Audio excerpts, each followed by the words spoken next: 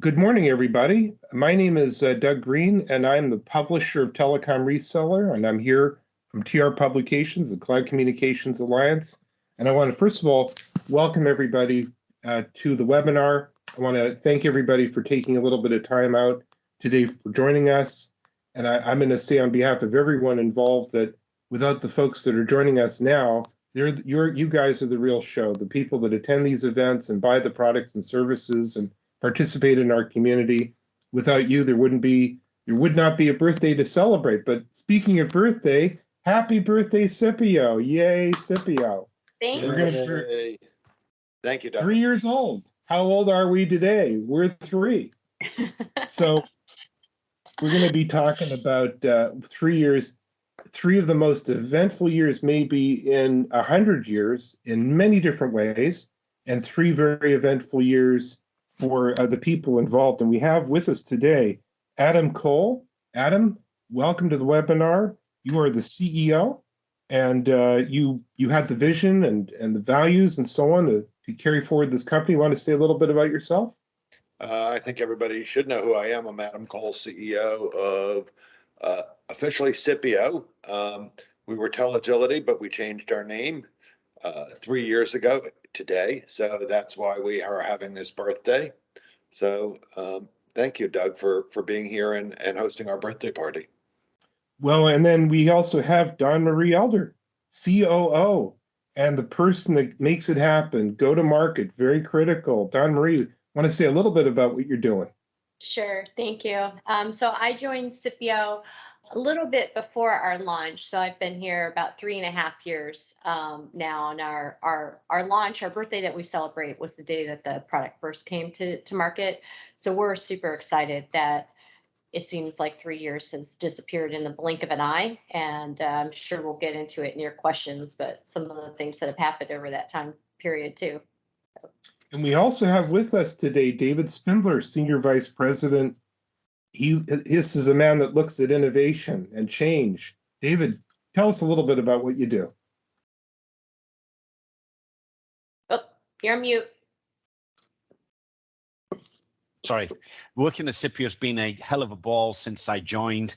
My job's been looking at some of the vision, the ideas, what the customers are telling us, and then into some kind of methodology and tool for them to use and make their life a lot easier. So it's been one heck of a trip. It's phenomenal, phenomenal growth. So luckily, we're going to talk about some of that today. So I'm excited. Thank you, everybody. So Dawn Marie, for folks that may have come on board from some of the invitations that came out and we're just sort of curious about Scipio, what is Scipio? What do you guys do? Okay, great. Yeah, it's one of the things I get to tell investors and all the time. Look at the background noise there. Thank you. So what we really are here to do is enable resellers and carrier partners to increase their monthly recurring revenues, secure their base of customers, and attract new customers. That's what we think about every day. That's kind of what motivates most decisions that we make from a vision perspective and also from an innovation perspective with David. And the how we do that or how we support that is by offering monthly subscriptions to enable voice into Microsoft Teams, Zoom, and hopefully other collaboration products in the future. So we try to keep it simple, and we're here every day to make the partner and carriers' lives easier. So, David, can you tell me what Dawn Marie has just told us? How does that translate for the partners? Well, I think if you really go back a little bit in history, there's definitely technologies and areas of focus which were very complicated, and they were the secret sauce. You've got to go to this company to learn about it. What we've done is we've made it simple. So what we've done is taken the experience that what the customers expect, and then translate that, removing the barrier for a lot of these resellers and their users to engage in this part of the business. So, really helping the resellers to expand their portfolio in a real simple and easy approach. So, Adam, 36 short months ago, maybe we go back 37, 38, 39 months ago. Is this the vision that you had? Is this the reality that you thought you'd be in? How does that all match up for you? So I actually think if we go back a lot earlier in time, we've started this journey of enabling hosted platforms in the cloud for resellers and carriers. This has been almost 20 years on this journey. So we were absolutely where we thought we were going to be. The big shocker for us, which came out in 2019, was Teams and the ability to put voice in Teams. So, I think prior we were struggling with how to put voice in Skype and make it easy and rinsable and repeatable and 3 servers. And it was a lot of work. So when Teams came out, and not direct routing, but derived trunking, and derived trunking is what we work off. That's the ability to template an installation and repeat it and use the same trunk over and over again. For us, that was beautiful. And then the ability to add operator connect onto that same platform and then other applications. So yeah, we expect it to be here, but I surely didn't expect it to be global the way we are with the partners we have. And I'm feeling very blessed and very grateful for what we've accomplished in 3 years. And before we move on, it sounds like when Microsoft showed up with Teams, unlike a lot of people, you welcomed it. You thought, hey, this is great. Well, for us, we always saw that ability to solve the complex challenges and make them simple. There's a big difference that's happened over the 30, 40 years that we've been kind of playing with this PBX space. And I like to talk about the evolution. There was a 30-year evolution for PBXs. There was a 15-year evolution for the voice over IP. And now we're in what we call the collaboration era. And we're very early in this collaboration era. Prior, that reseller, that carrier had a lot of control. Now you're talking about very few platforms that are cloud-based, and the reseller and the carrier doesn't have a lot of control on what they can do. And it's a lot of time and energy invested to make these processes simple, rinsable, and repeatable. So different, totally different, but it's kind of fun now. It's really interesting. So, David, a lot of companies have come and gone in the last 3 years. It's one thing to have a vision. It's a whole other thing to get that to market, actually make it a reality, actually have something that people can sell and it'll actually work. How did you make that happen? How did you take that vision and make it work? Yeah, I think obviously you've got to obviously respect history, right? So you've got to look at what have customers gone through, how do they conduct business today. So I think Adam brings a lot of that vision to the table as our leader and an aspiration to say, okay, how do we make it simple for the end customer and the partner and the carrier to ultimately take the thinking out of the equation and just make it really simple. So, of course, you look at companies in the market like Amazon has reinvigorated buying online. Now, everybody buys from Amazon. Why? Because it's simple. So how do we make that simple? How do we take the complicated and somewhat tedious process it can be sometimes in the telco business and just simplify it? So the key to that is focusing on the end result first. So what do we want that user, what do we want that experience to be?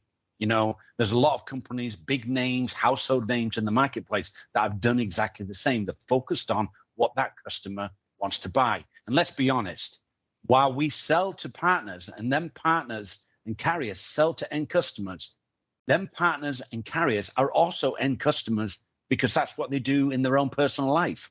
So how do we make it simple? So we focus on UX first, Doug, and then we work backwards, looking at what problems do we have to solve for that partner?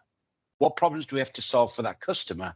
And making it simple and agile, fast, using the experiences of the past to really avoid making the mistakes of the past and driving this new future. Because where you used to be able to sell, a Dow tone for $80, $90, them days aren't there anymore.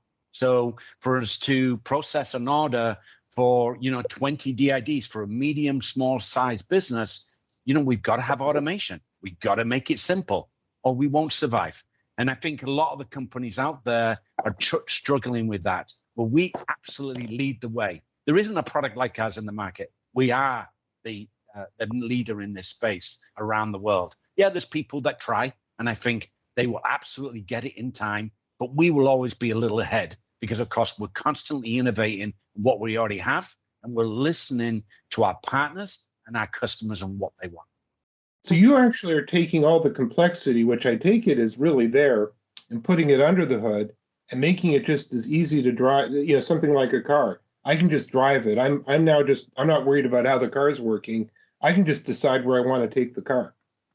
Right, because I think all of us as humans respond to a simple question with a simple answer. You give a complicated question, it makes it difficult.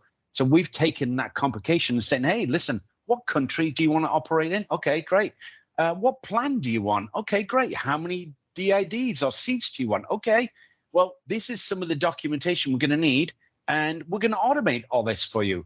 And so we just ask a question, we get a simple answer, which then drives the next particular question. And that thought process just makes it really simple, quick, and agile in order to deliver a service. So again, really just taking the complication out of it, breaking it into individual questions and components, and then asking a question and delivering an answer.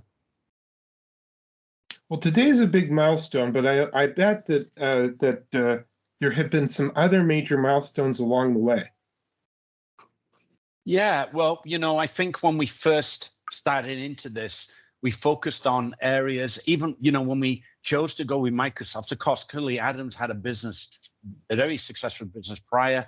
And as we decided to go in the place of Microsoft's product was, and in its instance, using Skype, good, but it had areas of opportunity for folks like us. So we first developed our first product, which was called the voice panel. And that was taking that, PowerShell process out of the equation where you had to learn a piece of code to push a number into a system. And we made it drag and drop, push and click. And that allowed us then to add simplicity, again, focusing on the user experience. And then from that, the vision came, okay, let's build the partner portal. Let's build a platform where everything can live on. And then depending on what you want to do, how do we ultimately do that? So again, first to market, we're constantly adding on top of that. We added Zoom, as you know, recently. As you know, we've added Operator Connect. We've announced, Microsoft announced as one of the 5. And this making our life a lot easier because it all generates from this platform, this knowledge base of experience. And then it makes it simple for that user, that partner, that carrier, ultimately for the end user to consume.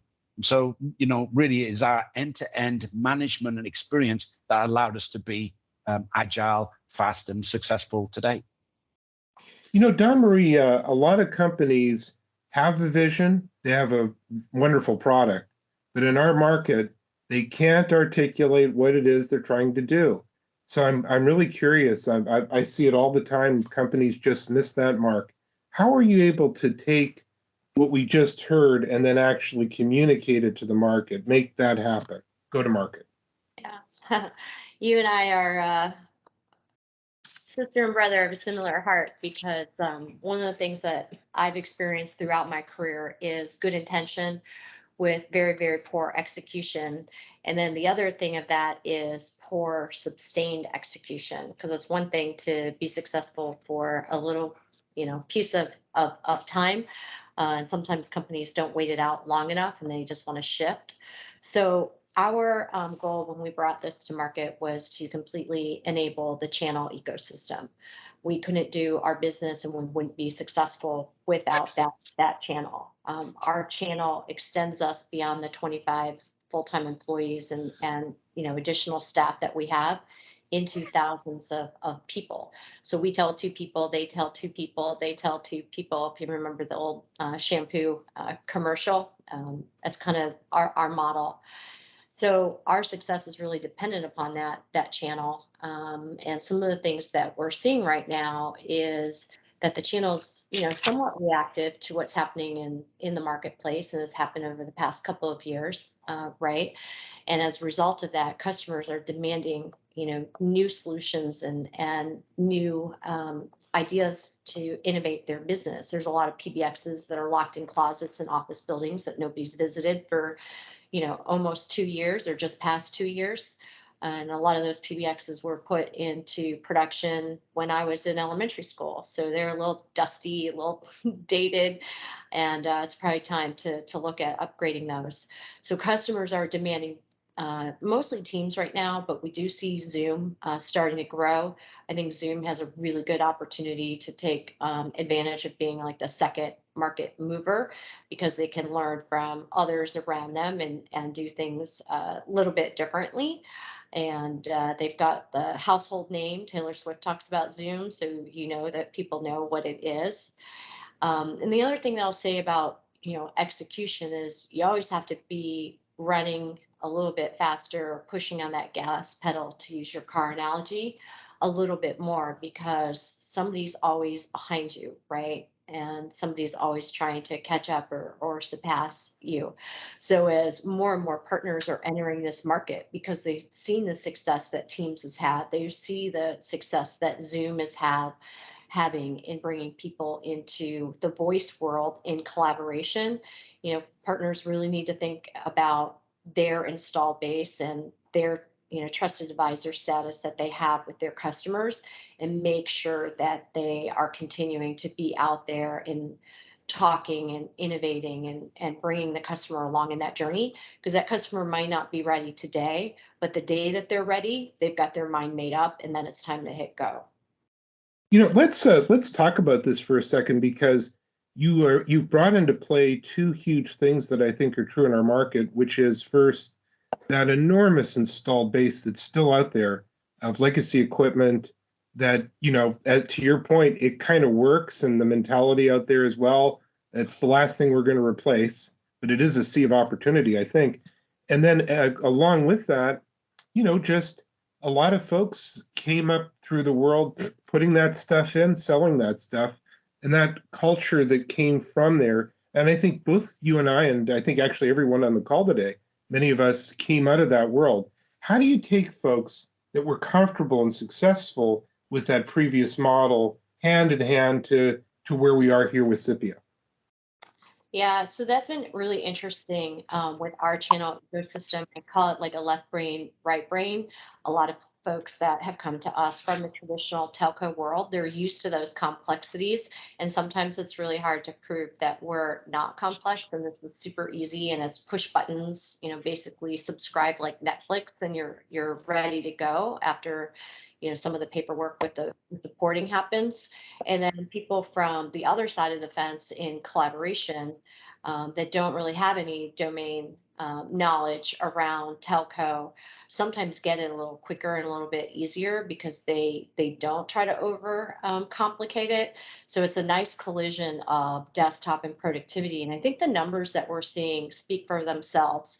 We always kind of looked at 750 million PBX seats. I think Cavell just put a report out that they think the total addressable market is about 880 million around the world. But if you look at Teams numbers, they already have 280 million people on Teams. Zoom has somewhere, depending on how you read their stats, 200 to 250 million people using Zoom meetings. So that right there is over half of that TAM. That's over half of the PBX. And if you're already paying for Teams and you have that investment, or you're already utilizing Zoom meetings, why wouldn't you just move your phone system over? What is still so complicated about dial tone that it needs to be its own special thing and its own special, house?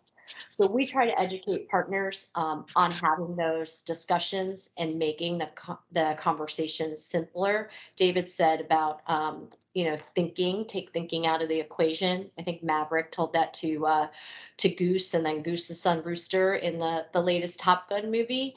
But we're trying to take that thinking out so that people can get back to their day jobs and do things that are maybe a little bit more important or revenue generating than hooking up a dial tone. And I guess the last thing I would say is for partners, if they're not seeing and hearing that from their customers yet, that they want Teams or they want Zooms, is look at the current economic pressures that are happening in the marketplace.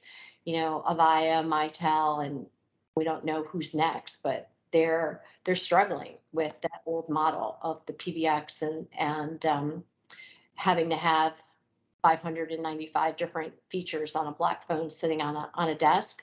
And I think the marketplace will continue to shift people's expectations to more simpler tools. And certainly it's been driven by this thing that every single one of us is tethered to all day long.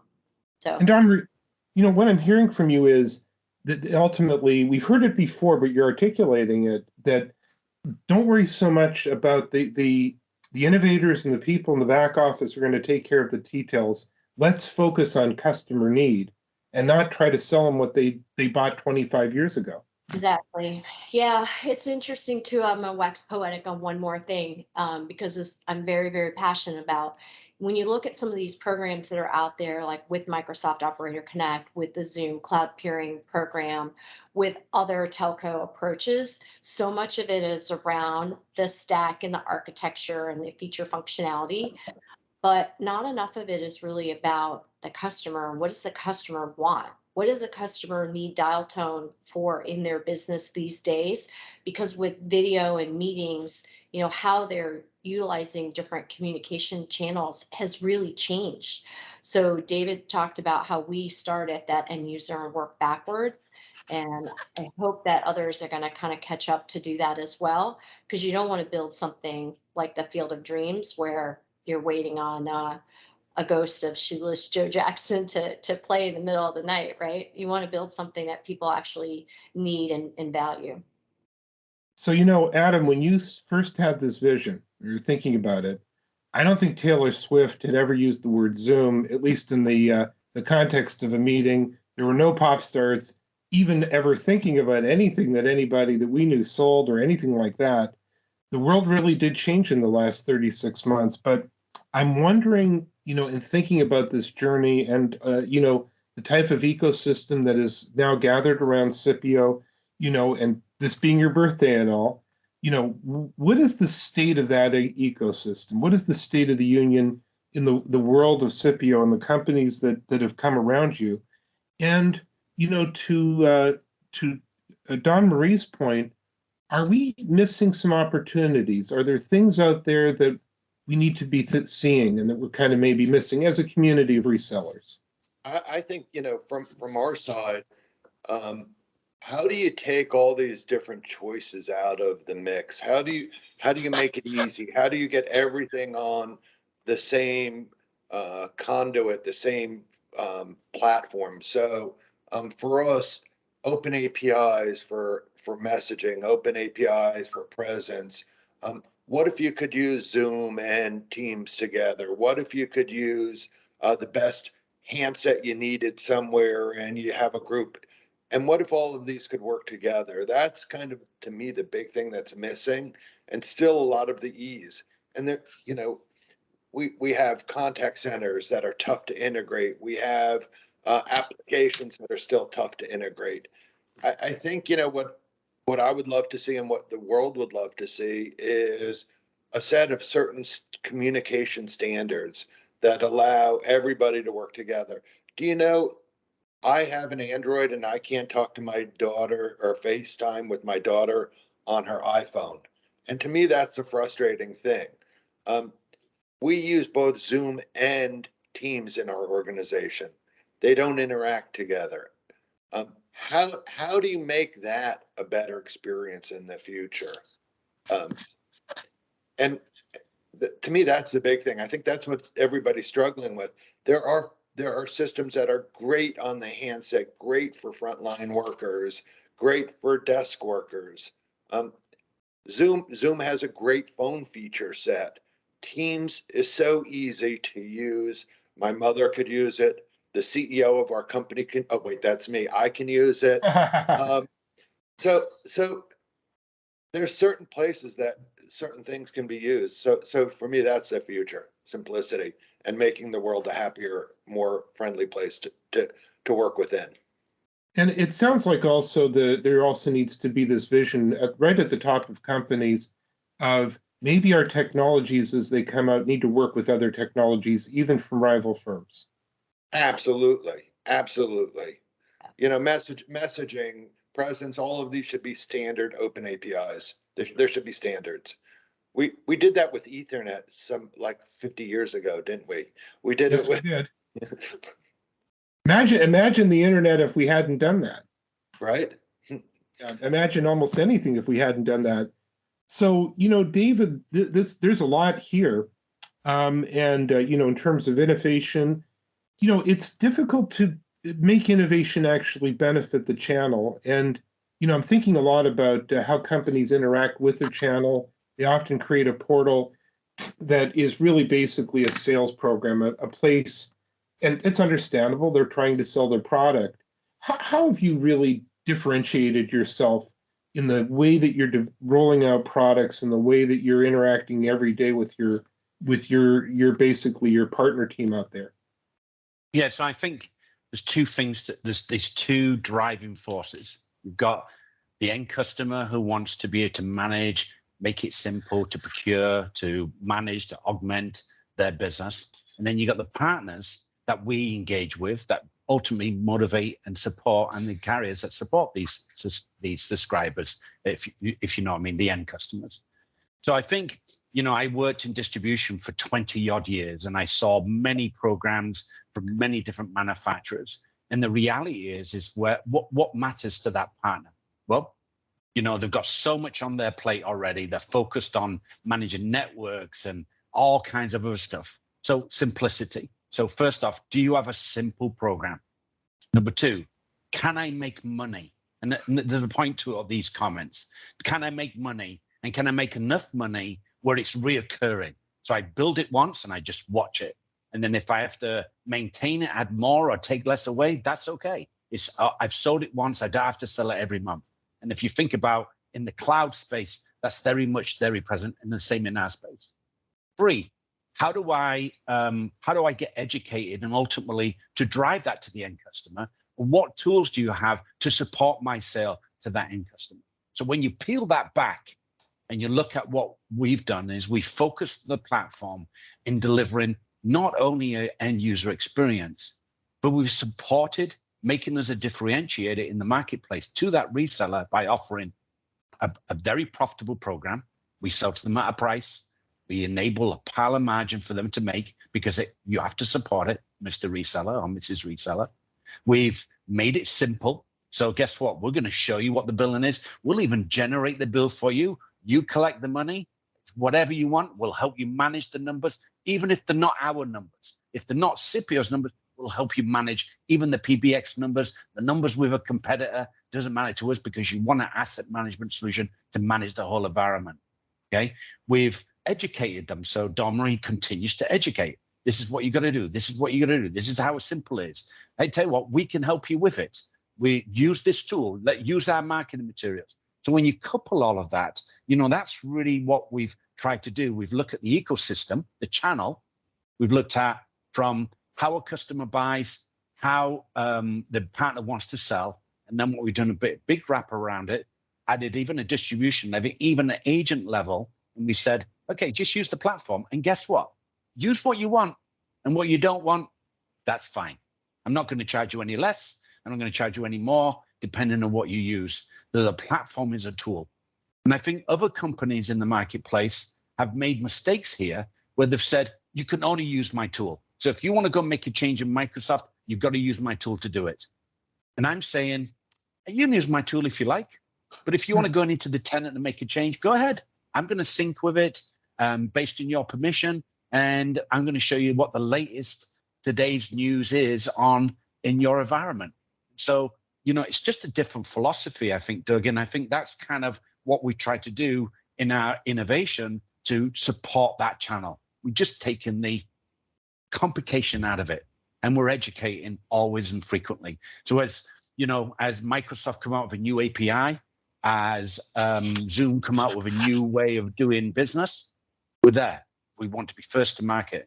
We always want to be leading the way. And I will tell you, you look at some of the programs. We've had a program called CCW, which is enabling carriers. We've had that for a couple of years. Operator Connect. That's fairly not 2 years old. It's been working in 2 years. Point being is that these things work very well within our platform, and we've been innovating for us quite some time and using that experience, that knowledge of that history, and then applying to the today's demands and changes to deliver a really simple solution. And that goes all the way back in our innovation. We manage our builds based on an agile methodology. So we write user stories. We have 3-week sprints. So it allows us to deliver a minimal viable product after every 3 weeks. And if we make a mistake, we've got 3 weeks invested for that small mistake. We aren't losing our shirt. Okay, we need to adjust. Let's now go for the next 3 weeks, the next sprint, and let's adjust that to meet the demand of the business. So, it's really is about agile, speed, using experience, and of course the customer's experience is to ultimately drive what we're innovating on a week-to-week basis. And I tell you, it changes every week. Adam comes up with a new idea. We get excited about that idea. We say, okay, how can we implement the idea? We challenge the idea. Okay, some of his ideas are a little ahead of the game. Some of them are right on spot. Some of them we've already built. We didn't know. So there we go. So we have all the things. One of the things I'm sorry, Doug. I love when Adam comes to a call with this new idea, and David's just like, we got it. And Adam's like, but wait. And David's like, no, we've got it. So that makes for a fun leadership call sometimes. Fun calls, yeah. Yeah. I'm getting that from you guys, and I've always gotten it during our other sessions, that there's you're dedicated to just basically matching the needs of the customers and moving forward more than being sort of stuck with an idea or a technology or a method or David, I really heard you guys really are so departed now from Don Marie was talking about our legacy friends and how siloed they were, how they were very, very invested, and then they kind of sometimes I hate to say it about their good friends, but sometimes people felt kind of frog marched into agreements, into different stuff, and so on. It was a pretty constrained environment.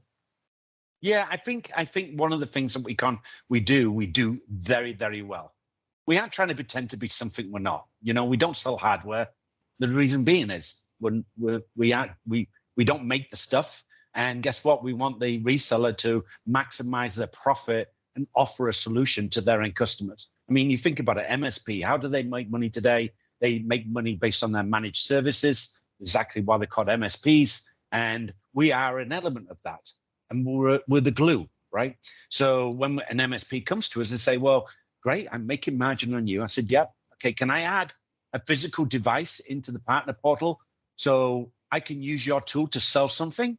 Sure, no problem. Just add the audio codes or Lenovo phone, whatever you want, or a headset, or maybe it's an ATA device, whatever that may be. So we enable. And I think what we do, our piece of business, we do very, very well. That we haven't had an outage in our network since the day I've been with the company, and I've been with the company over 2 years. So not one. Why? Because we do it really, really well. Now, I'm not saying what the future is. And of course, Adam's going to tell us this new idea what the future is. Does that mean? But today, we do very, very well, and we don't step out of that box. We work with other third-party companies that offer other types of solutions, or the reseller, the partner comes to us and said, hey, can you integrate to our billing system? No problem. Can you integrate to our SMS system? No problem. Can you ticketing system? No problem. So what we do, Doug, is we're very focused. We're focused on the customer experience, making this simple, automating, and keeping it simple. So that's kind of what my philosophy is, and I know that's what Adam's philosophy is, and Don Marie, of course, and her team do a great job marketing and pushing that out to the market. So hopefully people pick that up. But it's still a relatively small number of resellers that, frankly, have got it. If you think about it, I think 3 years ago when I looked at the numbers last, Don Marie's probably got more new numbers, but we had 15,000 MSPs just in the United States. Well, and they're selling, but I guarantee you most of them selling Microsoft or selling some devices. Well, then, this is a easy, low-hanging fruit to increase their overall total wallet. But I've got to say, I appreciate our resellers very much. They vote mercifully in some respects with what we build.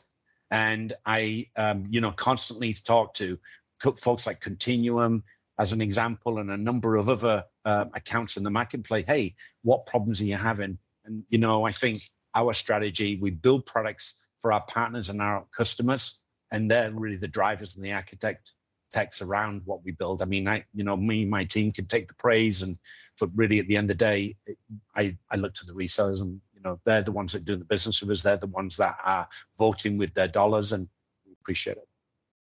So Adam, what's that was a pretty good setup for, I guess, the next question, which is, I bet, I think I'm wondering, as we start to wrap up our session today, how do you feel things matched up over the last 3 years from where you began, and looking out over the horizon to the next 3 years and beyond that, what do you think? Well, for us, the precipice of this bell curve we're working with right now, the collaboration era, we're not even close to the top of that bell curve. So I'm really excited when there's, 80% of the market still to go after. I'm beyond excited. I think what that translates to me, though, is all of our partners and our future partners and the resellers that are out there, I wish they would focus on go to market, stop worrying about build versus buy, stop postulating. This is opportunity here. Focus on closing deals. Focus on bringing revenue in. We've always had this goofy statement around my company, our company, that the greatest thing about recurring revenue is that it recurs. We went through a recession in 2007. We went through the pandemic. We went through now maybe another recession.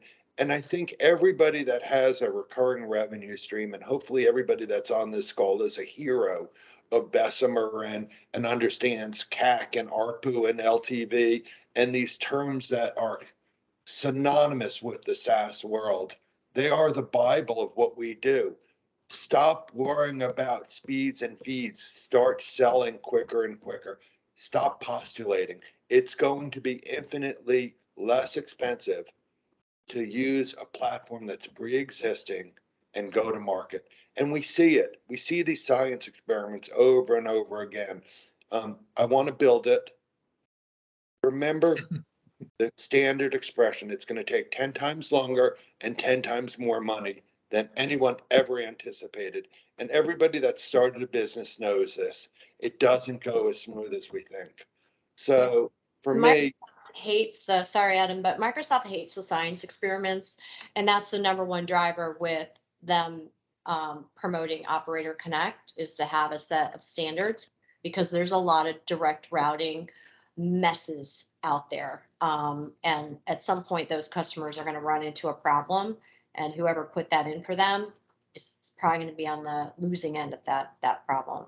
And for what we do is there's commercials, there's all of this to deal with. But if you bring us as a partner, you bring an opportunity and you're a brand new partner and you need it up yesterday, we will have it up. When the pandemic hit and people needed to get working from home and have numbers up and running on Teams, we did it within minutes, because this is not a science experiment. The platform is built in 9 data centers around the world, actually 3 extras, where all of our carriers are meshed together into all those data centers. We have 74 carriers right now, and we're adding, or 74 countries, and sorry, I'm lying again. We're adding 15 more countries relatively quick. We've got the world covered, and we can bring it to you within seconds. And trust me, this works. It is up 100% of the time. We have had 0 outages on the SIPPIO platform since day one. And yeah, we have management issues. Microsoft might change an API or something like that, but we deliver calls consistently, and we can do it within seconds. So make it easy on yourself, everybody. Stop postulating. So Adam, one of the things I'm hearing is that as we conclude our event today, as a takeaway for everybody is, you can spend I used to have a business partner that used to ask this question, and I'd come in with harebrained schemes. Where does this get us? In other words, what he was really asking us, does this make us any money? As a practical matter. And it sounds like you feel that, and maybe it's just natural to our industry, the way people are attracted to our business, that people are spending a lot of time on things that someone else has already done. Go and use that, and then run out there and just make some money. 100%. So there's one thing that we won't do as a company is we won't build something that somebody else has built already. We won't build it if Microsoft is going to put it out there. We might expose it in an API in the tool, but we're not going to build something that 20 other people or 10 other people have built. The second thing is that when we want to try to start building these platforms, these tools, they take forever, and you're going to have this experience of learning that's going to take forever. So if somebody's knowledgeable on building a platform, let them build a platform. Take all that money that you were going to build on engineering, dump it back into sales, get a steady stream of revenue coming in, and you know what? The more customers you have, the less you have to support, makes you unstoppable, because it gives you not one leg, not two legs, it gives you 1,000 legs to stand on. So firm up your process, put it into sales. Don't spend on engineering, because it's infinitely easier. Everything is led by sales. We know that. Everything is led by. So I think at this point in our event, we're going to let Dawn Marie cut the virtual imaginary cake in front of us. And I think the tradition is then you're supposed to make a wish. So what's the birthday wish for Scipio? Yeah, so first, let me thank all the partners that are both here and not here and might listen in virtually later. We couldn't do it without you. We had 482% growth last year. I'm expecting an even more ridiculous number this year. So hopefully that means that you are growing as much. If you're not at those numbers, come talk to me, because I want to help you to get there. As Adam said, recurring revenue will help you weather the storm if there's an economic, crunch coming. And my wish is, if I can't give you a piece of cake, maybe you could just go out and talk to everybody about leveraging us to bake one. And by that, I mean, we don't lose bake-offs. So go ahead and sprinkle those in all of your accounts. Far and wide, even if your customer is not ready today, if you can talk them into having 5 seats, 10 seats, 20 seats, and they get to touch it, feel it, and utilize it, that may evolve into a larger deal. So we're here to support you on those.